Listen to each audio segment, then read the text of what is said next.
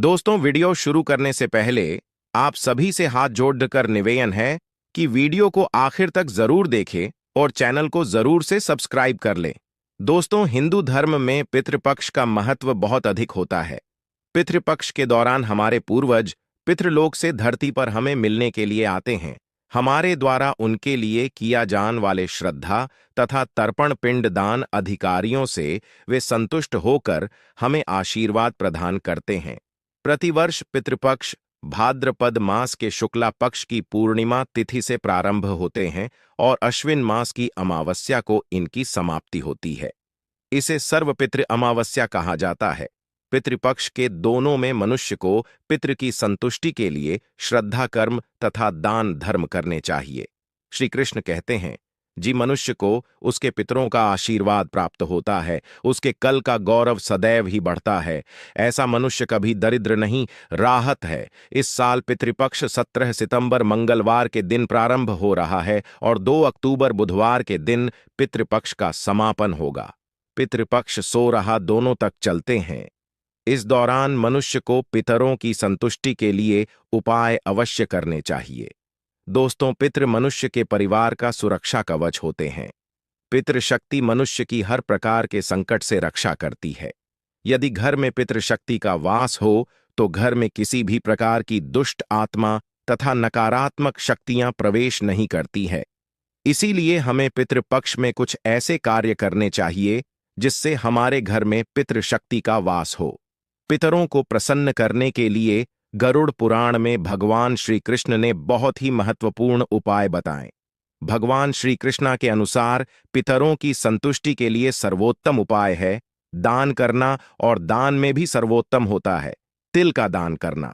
जो भी मनुष्य पितृपक्ष में पितरों के लिए तिल का दान करता है उसके सभी पापों का एवं दुखों का नश हो जाता है। इसके अलावा आप पितृपक्ष में अपने पितरों की संतुष्टि के लिए वस्त्र आदि का दान अवश्य करें। यदि गाय का दान किया जाए तो कई गुना अधिक फलों की प्रताप होती है। दोस्तों, हमारे प्राचीन धर्म में गाय माता को एक अत्यंत महत्वपूर्ण और पवित्र पशु माना जाता है। शास्त्रों में गाय को माता कहा गया है और समस्त देवी देवता इनका पूजन करते हैं। गौ माता के शरीर में 33 करोड़ देवी देवताओं का निवास होता है। गाय एक अत्यंत पवित्र, निर्मल, शांत, निष्पाप जीव है। ऋग्वेद में इसे संसार का पालन पोषण करने वाली कामधेनु माता कहा गया है।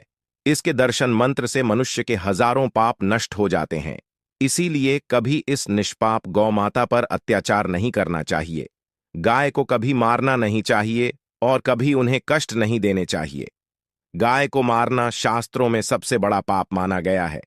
दोस्तों, भगवान श्री कृष्ण को गायों से विशेष लगाव था। उन्हें गौ माता बहुत अधिक प्रिय थी। श्री कृष्ण के अनुसार गायों की सेवा करना ही सर्वश्रेष्ठ धर्म है। इससे बड़ा पुण्य का कार्य संसार में दूसरा कोई नहीं।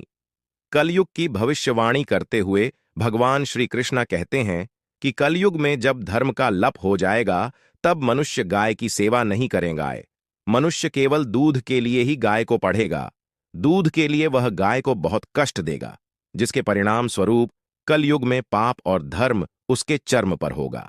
कलयुग के अंत का लक्षण बताते हुए श्री कृष्ण कहते हैं, जब संसार से गाय समाप्त हो जाएंगा तब कलयुग का अंत होगा। जो मनुष्य कलयुग में भी गाय की निस्वार्थ भाव से सेवा करेगा वह सुख समृद्धि प्राप्त करेगा। जो स्त्री रसोई में बनी पहले रोटी गौ माता को खिलाएगी वह सदा सुहागन और सौभाग्यशाली रहेगी। जो लोग अपने घर में गाय से प्राप्त पंचगव्य को घर में रखेगा उसके घर में कभी दुख दरिद्रता नहीं आएगी। दोस्तों, हमारे धर्म के सभी शास्त्रों में गाय की सेवा को ही सर्वश्रेष्ठ माना गया है।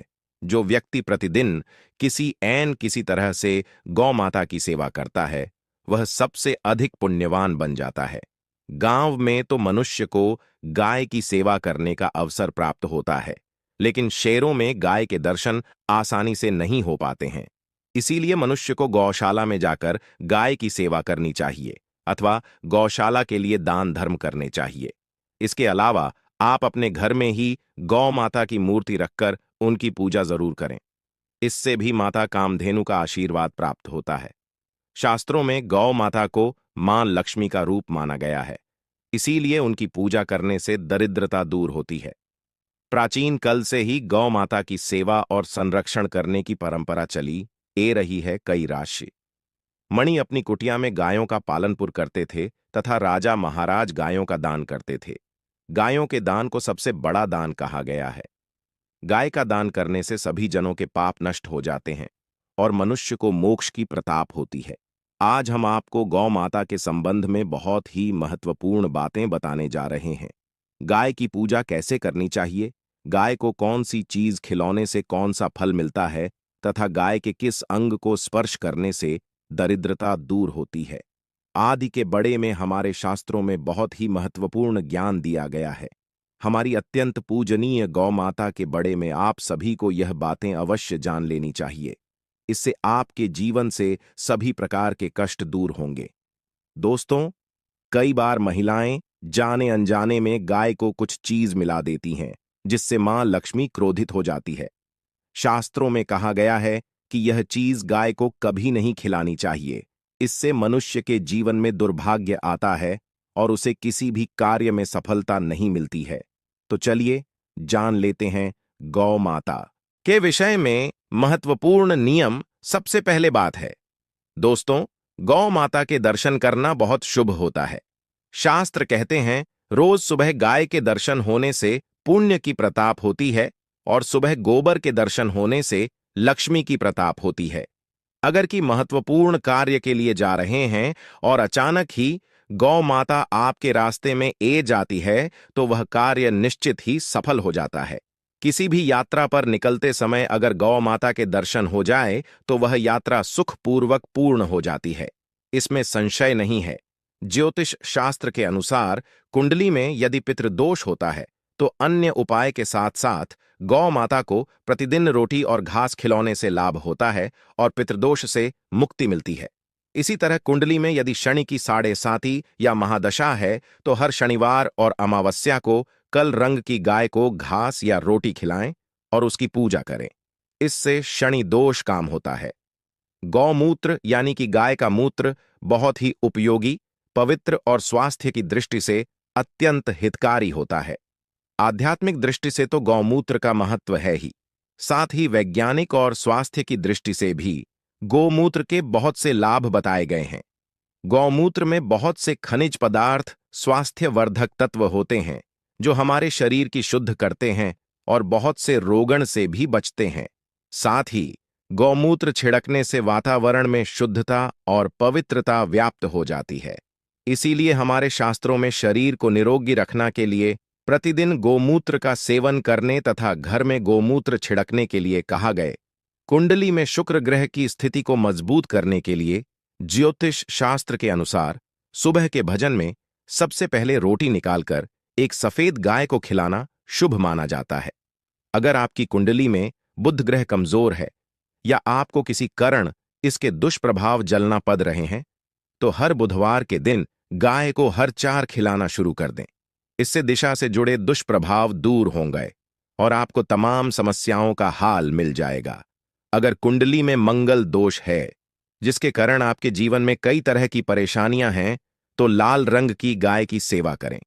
मंगलवार के दिन गाय का पूजन करें और उसे गुड़ और चयन आदि खिलाएं। बृहस्पति ग्रह को जीवन के सभी मांगलिक कार्यों का कारक माना जाता है। ऐसे में अगर किसी व्यक्ति के जीवन में विवाह आदि मांगलिक कार्यों में वाइन निर्माण हो रहे हैं तो उन लोगों को कुंडली में बृहस्पति ग्रह की स्थिति को मजबूत करने के लिए रोटी पर गुड़ और चयन रखकर गाय को मिला देना चाहिए। इससे आपको शुभ परिणाम प्राप्त होते हैं। अगर घर में अशांति है, लड़ाई झगड़ा होते रहते हैं तो घर में सुख शांति बनाए रखना के लिए घर के अंदर गाय के गोबर से बने उपल को जालना चाहिए और उसका धुआं संपूर्ण घर में फैलाना चाहिए। इससे घर की नकारात्मक ऊर्जा नष्ट होती है और सकारात्मक ऊर्जा में वृद्धि होती है। गाय के दूध, दही, गोबर और गोमूत्र से बने वाले मिश्रण को पंचगव्य कहते हैं। पंचगव्य को पाप नाशक कहा जाता है और हिंदुओं की एक धार्मिक विधि प्रायश्चित करने में इसका उपयोग किया जाता है। पंचगव्य को बनाने वाली सभी वस्तुएं अत्यंत उपयोगी होती हैं, जो स्वास्थ्य के लिए लाभदायक तो है ही, साथ ही औषधि गुना से भी भरपूर है। दोस्तों, अगर आपके द्वारा पर गौमाता आई है तो उसे बिना रोटी खिलाएं जान मत देना, नहीं तो आपको दुर्भाग्य का सामना करना पड़ेगा, क्योंकि जिसके द्वारा से गाय बिना कुछ प्राप्त किया लौट जाती है, उसके घर से लक्ष्मी भी चली जाती है। प्रत्येक स्त्री को प्रतिदिन गाय के लिए एक रोटी बनानी चाहिए और प्रेम से गौ माता को खिलानी चाहिए। इससे गौ माता का आशीर्वाद प्राप्त होता है और मां की इच्छाएं पूर्ण होती हैं। कुछ लोग गौ माता को बंसी भजन अथवा झूठ मिला देते हैं। इसे शास्त्रों में पाप माना गया है। आप किसी अन्य पशु को मिला सकते हैं, लेकिन गाय को कभी झूठ नहीं खिलाना चाहिए। भूख लगाए के कारण गौ माता उसे अन्य को ग्रहण तो कर लेती है, लेकिन इसका पाप उसे व्यक्ति को लगता है जो गौ माता को ऐसा बंसी भजन खिलता है। गाय एक शाकाहारी और पवित्र पशु है, इसीलिए गाय के भजन में कभी मांस, अंडे आदि चीज नहीं डालनी चाहिए। ऐसा करने से महापाप लगता है। यदि आपकी कुंडली में चंद्र दोष है और जिसके कारण लगातार परेशानी उठानी पड़ रही है, तो आप यह एक उपाय जरूर करें। आप रोटी पर सफेद मक्खन, नमक और घी लगाकर गौ माता को मिला दें। यदि शनि दोष है तो आटे में थोड़े कल, तिल मिलकर रोटी बनाकर गौ माता को मिला दें। इससे शनि दोष समाप्त होता है। मंगल दोष को दूर करने के लिए रोटी पर हल्दी लगाकर गाय को खिलाना चाहिए।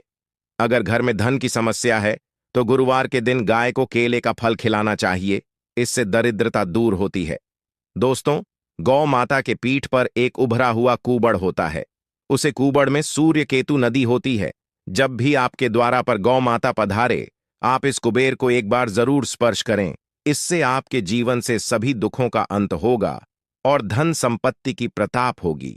शास्त्रों में कहा गया है, जो मनुष्य तन्मान धन से गौ माता की सेवा करता है, वह मृत्यु के बाद अपनी नदी को गौ माता की पूंछ पड़कर पर कर लेट है। उसे व्यक्ति की काल मृत्यु नहीं होती है और उसे मोक्ष की प्रताप होती है।